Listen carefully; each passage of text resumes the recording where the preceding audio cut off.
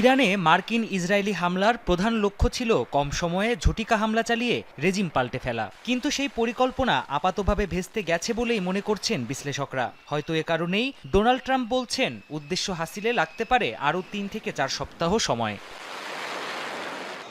বিশ্লেষকদের দাবি, দীর্ঘ সময় যুদ্ধ চালানোর সক্ষমতা নেই যুক্তরাষ্ট্রের। রয়েছে সামরিক, অর্থনৈতিক ও রাজনৈতিক ঝুঁকি। যুদ্ধ লম্বা হলে চাপ বাড়তে থাকবে মার্কিন অর্থনীতির ওপর, এমনটাই মত তাদের।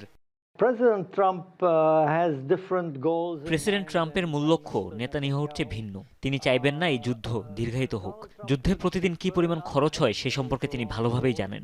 সংঘাত দীর্ঘস্থায়ী হলে মার্কিন অর্থনীতি ক্ষতিগ্রস্ত হবে, জনপ্রিয়তা হারাবেন তিনি। কিন্তু যুদ্ধ দীর্ঘায়িত হলে লাভ ইরানের।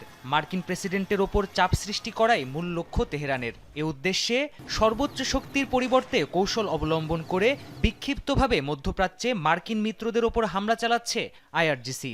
পাশাপাশি হরমুজ প্রণালী বন্ধ করে আন্তর্জাতিক বাণিজ্যে অচলাবস্থা তৈরি করার চেষ্টা করছে তারা। যুদ্ধ বন্ধে ইরানের কাছে একটাই পথ খোলা আছে, তা হলো যে কোনো উপায়ে ট্রাম্পের উপর চাপ সৃষ্টি করা। আর এ কারণেই তারা উপসাগরীয় দেশগুলোতে হামলা করছে।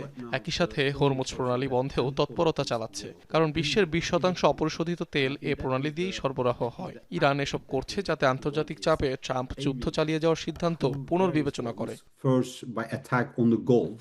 বিশ্লেষকরা বলছেন, ট্রাম্পই একমাত্র ব্যক্তি যিনি এই যুদ্ধের ইতি টানতে পারেন। আর এ কারণেই যুক্তরাষ্ট্রের প্রদত্ত শর্ত না মেনে কৌশলে ট্রাম্পকে যুদ্ধ থেকে পিছিয়ে আসতে বাধ্য করতে চাইছে ইরান। প্রাণপ্রতিম কুণ্ডু, যমুনা নিউজ।